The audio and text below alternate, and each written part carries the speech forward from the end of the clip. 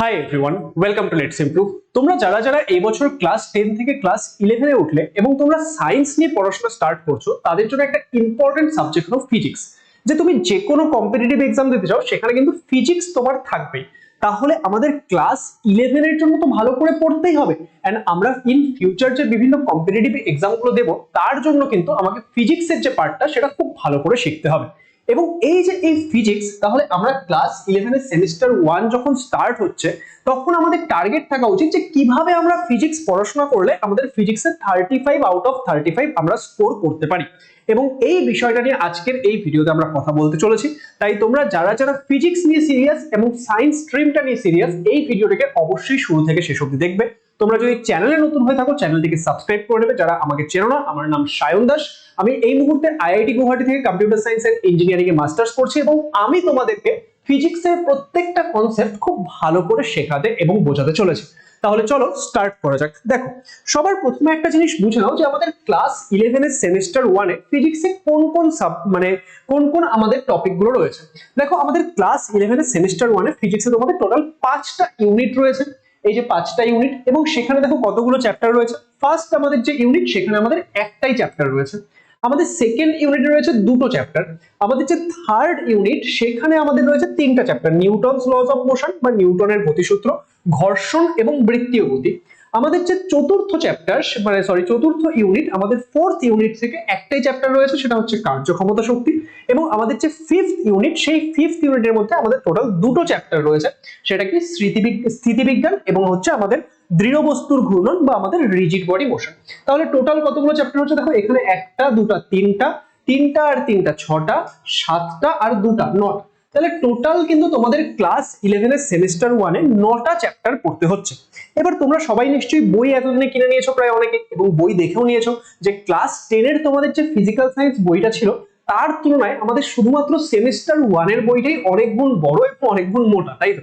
তো এবার অনেকের হয়তো ভয় লাগছে এত কিছু আমি কি করে পড়বো, সেটা নিয়ে আজকের এই ভিডিওতে বলবো। এন্ড আমি যে প্ল্যানটা বলবো সেই প্ল্যান অনুযায়ী যদি তোমরা চলো এবং সেই প্ল্যান অনুযায়ী যদি তোমরা ফলো করো, তাহলে তোমাদের কাছে সমস্ত কিছু একদম ক্লিয়ার হয়ে যাবে।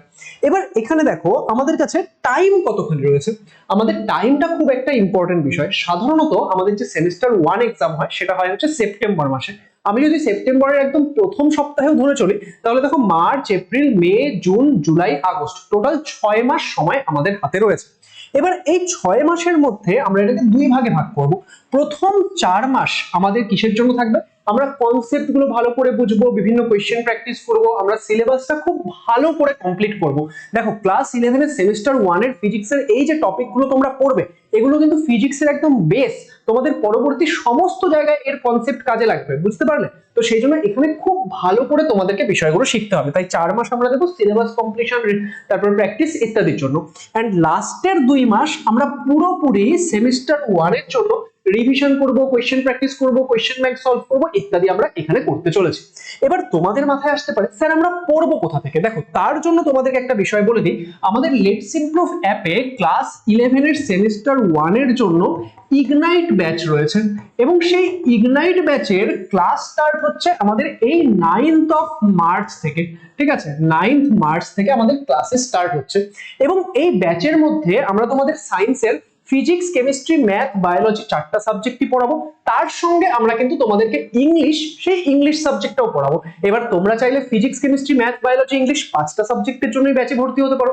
কেউ যদি ভাবছো না স্যার আমি তো ম্যাথ নিচ্ছি না, আমার শুধু পিসিবি প্রয়োজন, সাথে ইংলিশ নেব, সেটাও করতে পারো। কেউ ভাবছো যে আমার বায়োলজি নেই, আমি পিসিএম নেব, ইংলিশ নেব, সেটাও করতে পারো। বা কারোর যদি মনে হয় আমি সিঙ্গেল সাবজেক্ট নেব, তোমাদের কারোর মনে হলো যে তুমি আমার থেকে শুধু ফিজিক্স পড়বে, তাহলে তুমি আলাদা করে ফিজিক্সের ব্যাচেও কিন্তু ভর্তি হতে পারবে। তাই যারা এখনো এনরোল করোনি, ভিডিও ডেসক্রিপশনে লেটস ইমপ্রুভ অ্যাপের লিংক থাকবে, গিয়ে এনরোল করে নাও, কারণ 9th অফ মার্চ থেকে স্টার্ট হচ্ছে ক্লাস, এবং এই মুহূর্তে তোমরা কিন্তু ব্যাচে অনেক ডিসকাউন্টও পেয়ে যাচ্ছ। এবার কথা বলা যাক যে আমরা এই যে এখন যে পড়াশোনা করব, সেই পড়াশোনা করার সময় আমাদের যদি ফিজিক্সটা ভালো করে তৈরি করতে হয়, তার জন্য আমাদের অ্যাপ্রোচ কি থাকবে? দেখো, সবার প্রথম অ্যাপ্রোচ থাকবে ফিজিক্স। তোমরা কয়েকদিন পরে দেখবে যে তোমাদের অনেক বন্ধু বান্ধবী বলছে ফিজিক্স আমার কঠিন লাগছে, বা অনেক দাদা দিদিদের থেকে যদি শোনো তারাও অনেকে বলবে যে ফিজিক্সটা খুব কঠিন সাবজেক্ট।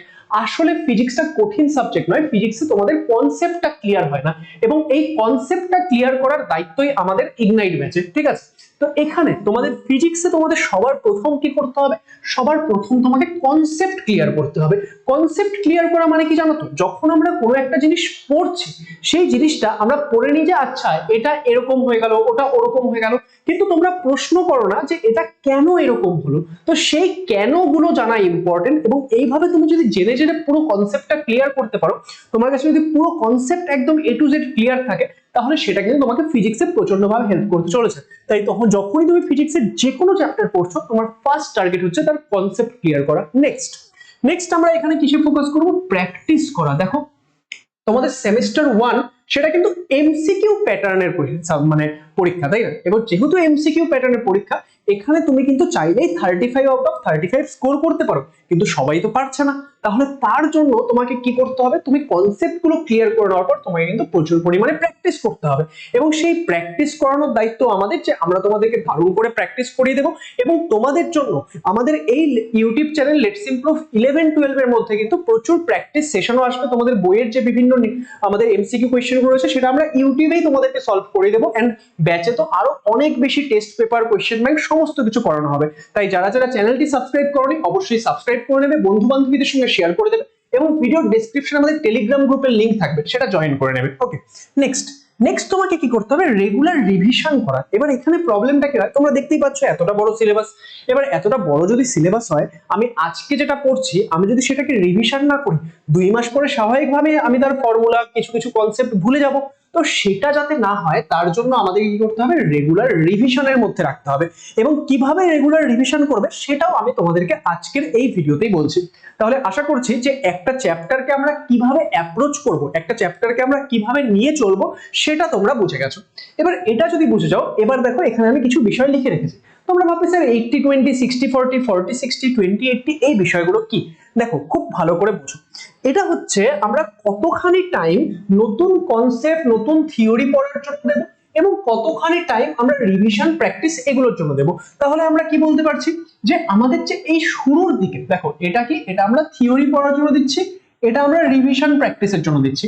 শুরুর দিকে প্রথম এই 1 মাসটা, তখন কি, তখন আমাদের এই যে ফার্স্ট মান্থ, ধরো মার্চ মাসে তুমি সেরকম কোনো কিছু পড়োনি, মার্চ মাস এন্ড তার সাথে ধরো মার্চ এন্ড এপ্রিল দুটোই, কারণ এখনো আমাদের খুব একটা বেশি কিছু পড়া হয়নি। তো এখন আমরা ম্যাক্সিমাম টাইম, আমরা যতক্ষণ টাইম ফিজিক্স পড়ছি তার মধ্যে ম্যাক্সিমাম টাইমটাকে থিওরি পড়াতে দেবো, কনসেপ্ট ক্লিয়ার করাতে দেবো। কিছুটা টাইম আমরা 20%, 30% টাইম কোথায় দিচ্ছি, রিভিশন করা, প্র্যাকটিস করা এগুলোর উপর।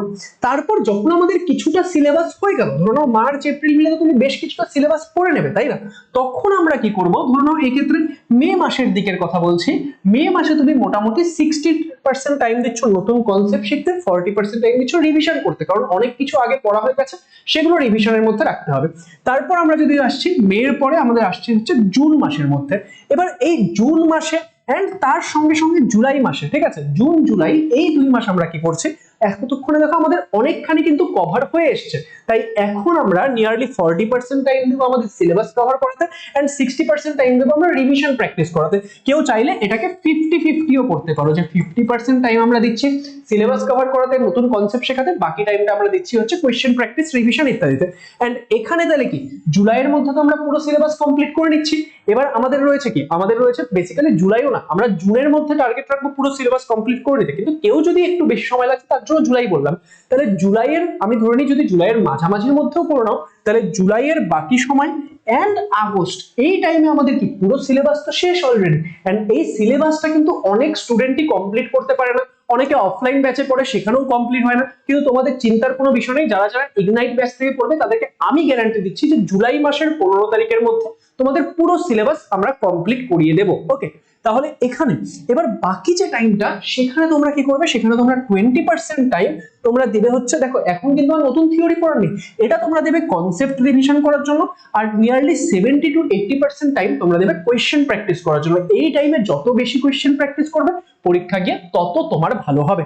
তাহলে এই যে আমি স্ট্র্যাটেজি বা এই যে প্ল্যানটা বললাম, তুমি যদি এই শুরু থেকে এই বিষয়গুলো ফলো করো, তাহলে কিন্তু তুমি ক্লাস 11 এর ফিজিক্সে অনেক বেশি ভালো করতে পারবে। এবং শুধুমাত্র 11 এর ফিজিক্স নয়, তুমি এখানে যখন কনসেপ্ট গুলো ভালো করে শিখে যাবে, বিষয়টা যখন ভালো করে তোমার ক্লিয়ার থাকবে, সেটা কিন্তু কম্পিটিটিভ পরীক্ষাতে গিয়েও তোমাকে অনেক বেশি হেল্প করবে। তো আশা করবো এই ভিডিওটা তোমাদের জন্য হেল্পফুল ছিল। যদি ভিডিওটি ভালো লাগে সেটাকে তোমরা লাইক করে দিও, বন্ধু বান্ধবীদের সঙ্গে শেয়ার করে দিও।